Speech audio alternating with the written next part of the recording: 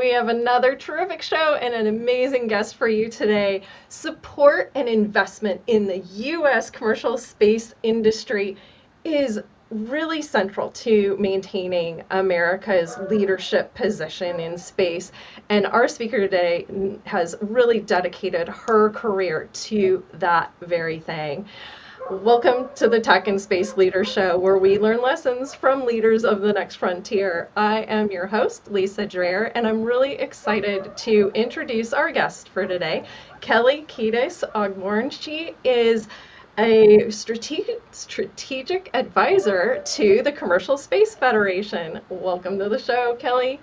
Thank you, Lisa. I really appreciate the opportunity to talk to you today. Sure thing. Thanks so much for making time to be here. Maybe we can start by having you give just a little bit of background on yourself and the Commercial Space Federation. Sure. Well, thank you, and it's nice to be with everyone live.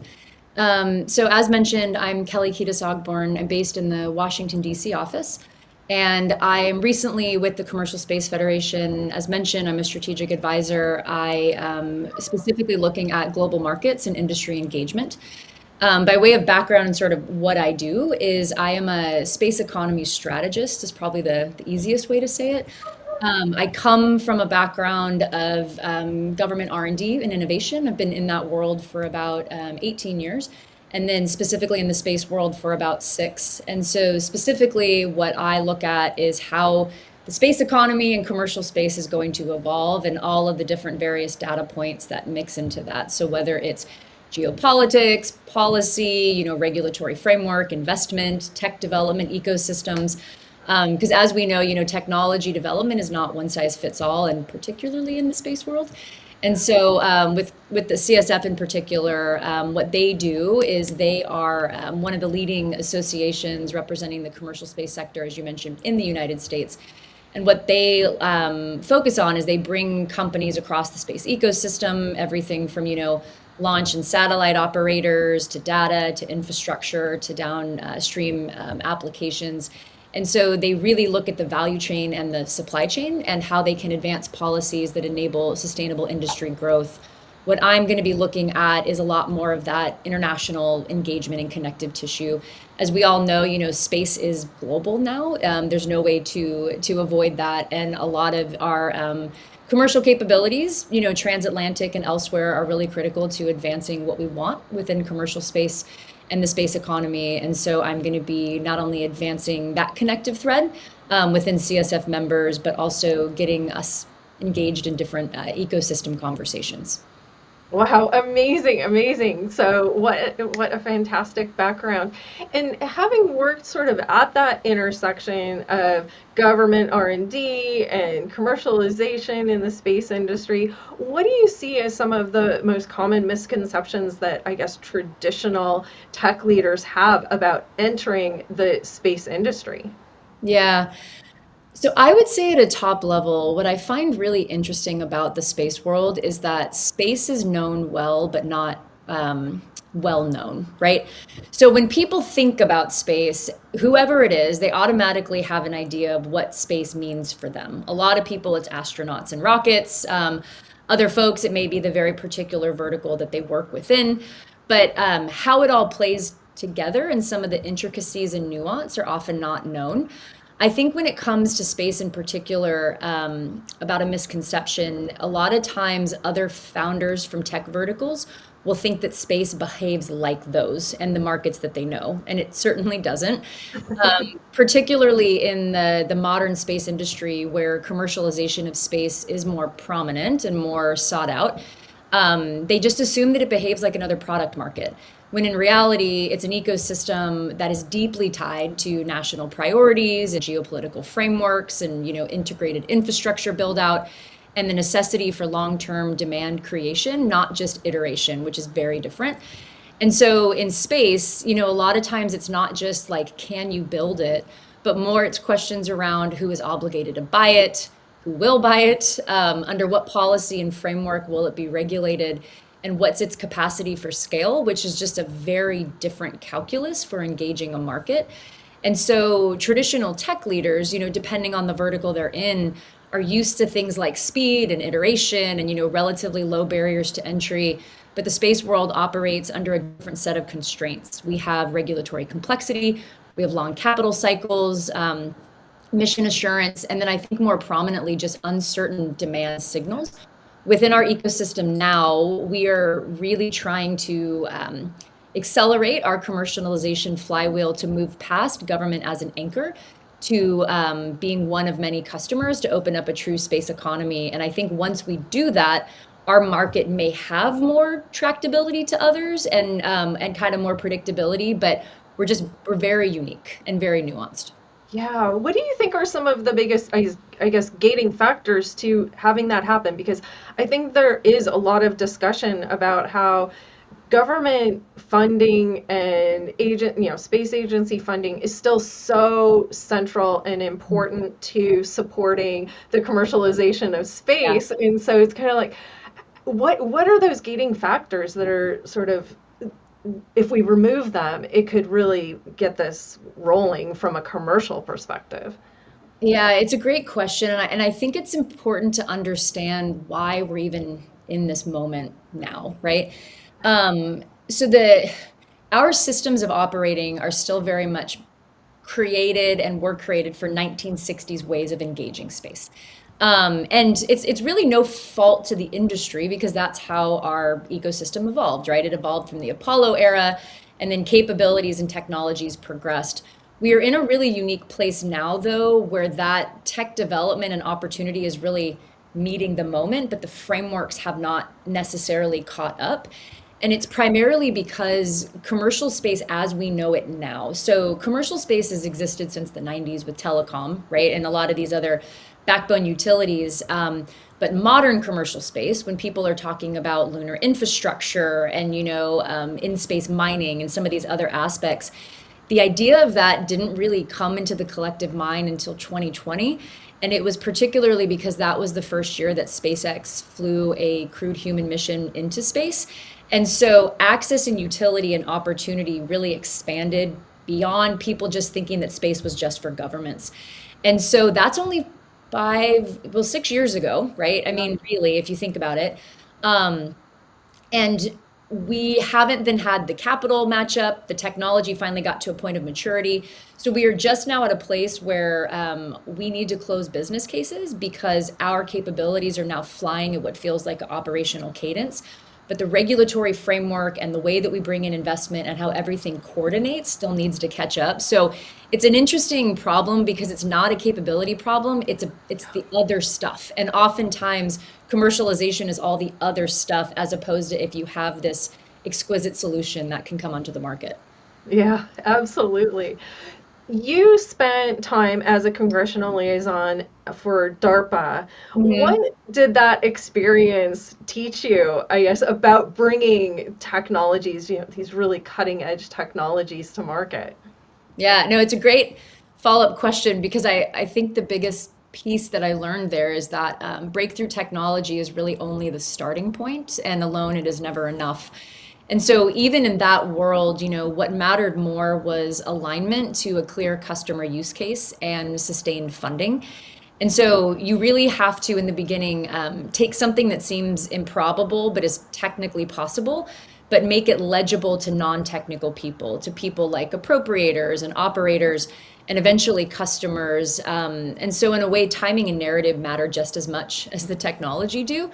And the ones that succeed are the ones that can position themselves to a higher calling, things like national security, economic competitiveness, or operational advantage. I think the biggest takeaway, is that high risk technology, it doesn't necessarily move markets because it's impressive. It moves markets because it becomes necessary. And this is certainly true for space because we have seen a lot of founders and a lot of technology come to fruition based on like enthusiasm and hype. And while that is important that a founder should have, they should have, a belief in what it is they're building. That alone is not enough to make a good business and a good product and actually move it into a market where it's meant to be used and for growth. Yeah, yeah, yeah. I guess extending upon that, with your focus on global markets for CSF, What are you seeing kind of as the definition of a space company? How is that evolving as we go into 2026 and beyond?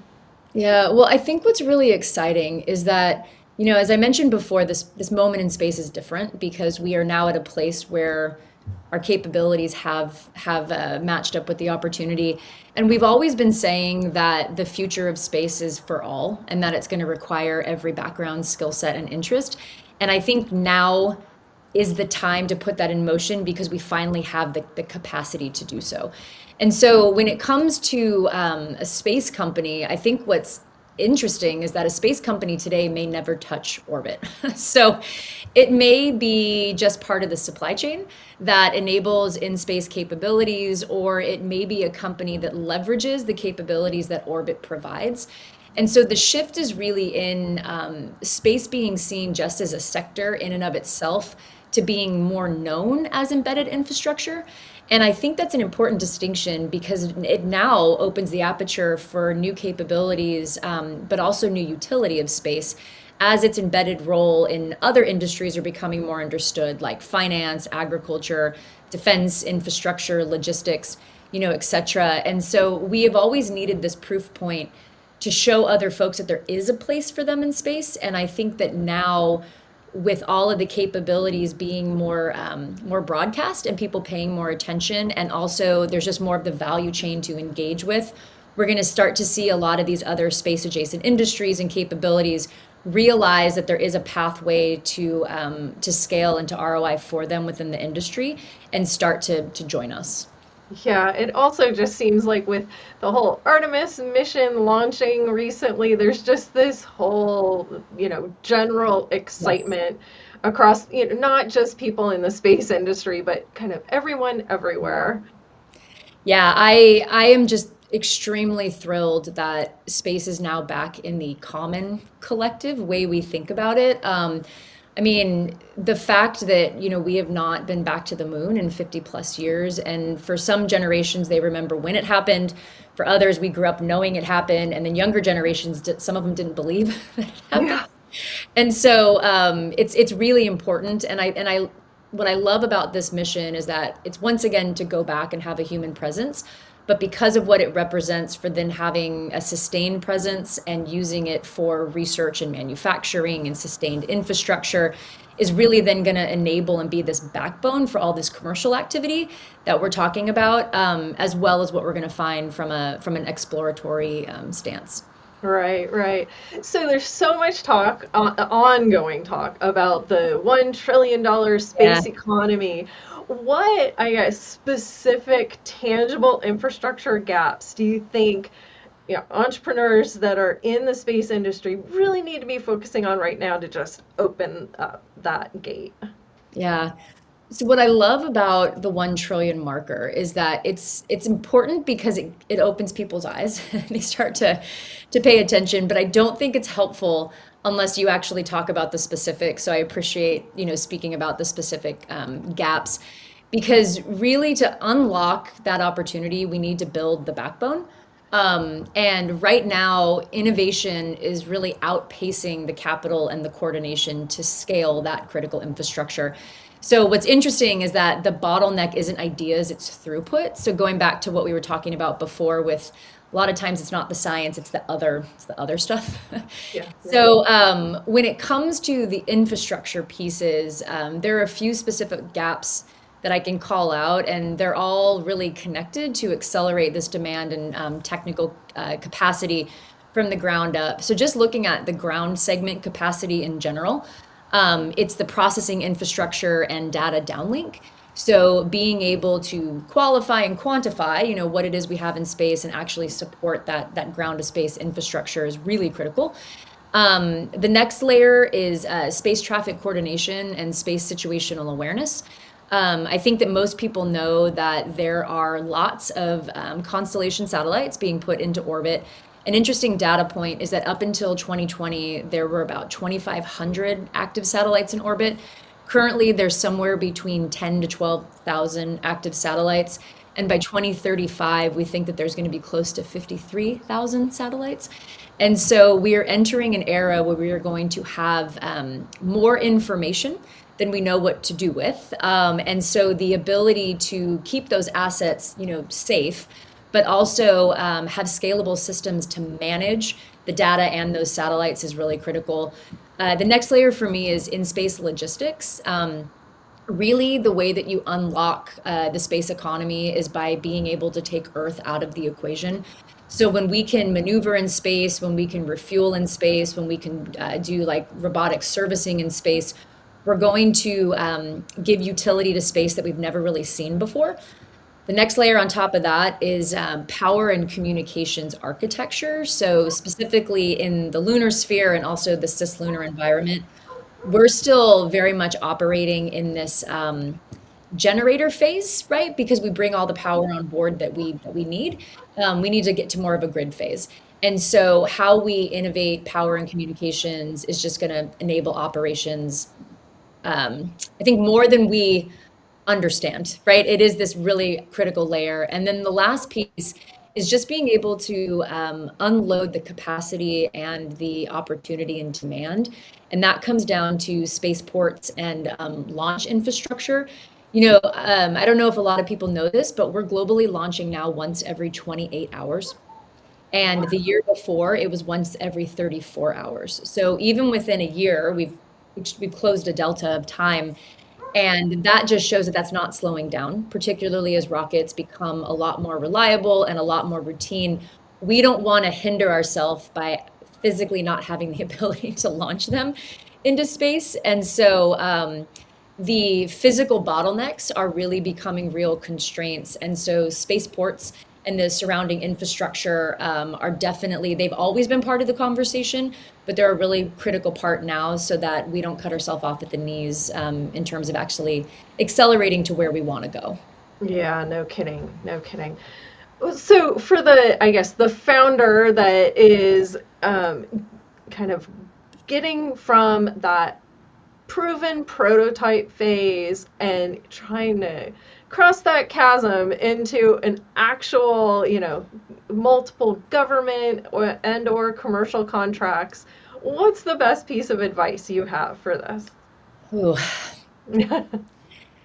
I would say that within space, technology risk is often the easiest part. And I'll explain what I mean by that because it's an interesting concept because you will often hear founders say that space isn't special. It's just how you engage the market and how it grows and a lot of the coordination and alignment pieces. The hardest part in space really is the market and procurement risk. And it goes back to what I was saying before about technology alone not being impressive enough to make a market. We are an industry that are full of dreamers and doers, which I love, right? I love this industry because everyone you work with is so excited to be engaging the future and play their part in it. But that alone does not scale a company or win contracts. Just because your technology works, right? That's not enough. And you don't secure capital really anymore just because you have a great idea or you're enthusiastic about his prospect. And so we're a much more mature industry with a lot of battle scars. And so growth now is very much predicated, I would say, on like mature forecasting or at least understanding where you're going to potentially scale and where you may have to pivot. I think founders really need to think about their go-to-market strategy as early as they think about their engineering, especially in this new environment where we're shifting beyond these, anchored government exquisite systems and relying more on hybrid commercial. And so I think for a lot of founders, if they can't specifically answer like who is writing the check and why now, I don't think you're really ready to start engaging. And so for many founders, I think, it's important right now to start understanding your customer's acquisition process and who your core customers may be. I think you need to start mapping your capabilities to a budget line. And then I think you need to start understanding what a path to scalability could look like. Even in these nascent segments, you'll always have the ability to pivot as needed, but at least it shows this judicious foresight of understanding that this is this is a stable market, right? And so even though the technology may be exquisite and impressive, it needs to fit and it needs to make sense for capabilities down the road. Excellent advice. Excellent advice. Okay, so as we look out into the future, I don't know, over the next decade or so, what's kind of the one sci-fi concept that is in development currently, but will kind of be a mundane part of our daily economic reality in the future? So I would say in space logistics. It's that whole in space servicing beltway I mentioned. The acronym is called ISAM. Um, it's interesting because right now the idea of servicing, refueling, and moving assets in orbit still feels futuristic. I love when I talk to people and they ask me what I do and I say space and they're like, space? I'm like, yes, space. And then I tell them about how you're going to use space, and they look at me like I'm crazy, but not, right? So, what's interesting too is that really within a decade or probably earlier than that, this will be normal Yeah. because there are so many companies that are already working in this domain that have done these really sophisticated demonstrations. They just need the capital to go from demo to scale. And so they've proven a lot of those technological hurdles. It's now, again, the coordination piece, the scale piece, the capital piece. But in my opinion, when this happens and when this layer is put in place, it's going to fundamentally not only change the way that we engage space because we're going to have access and utility in different ways, but it's also going to fundamentally change the economics of space because we're going to have this persistent infrastructure that we've never had before. And then that's going to open layers again for new capabilities and companies to join the landscape and start to engage and create new business models that we may not even see yet. Yeah, yeah. Okay. Well, I definitely see. I had the great privilege to moderate a session during satellite on orbit operations, and we had folks from Impulse Space and Rendezvous Robotics and Momentous Space, and they are all actively doing ISAM and RPOD and all kinds Yeah. of operations on orbit already, and have many more launches scheduled. So it'll be, I think it's right around the corner. I mean, it is, yeah. I'm very excited about it. That's the one that I've been answering that kind of question for a couple years with that portfolio because it's an important one. Absolutely. Well, cool. Well, thank you so much for making time to be here today. If someone wanted to learn more about the Commercial Space Federation or just connect with you, what should they do?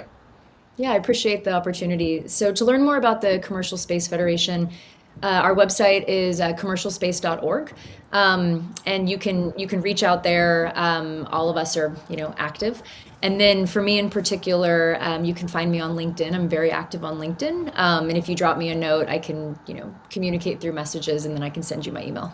Fantastic. Well, thank you again for making time to be here.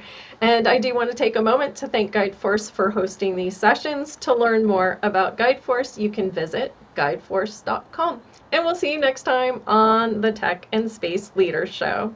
Great, thank you.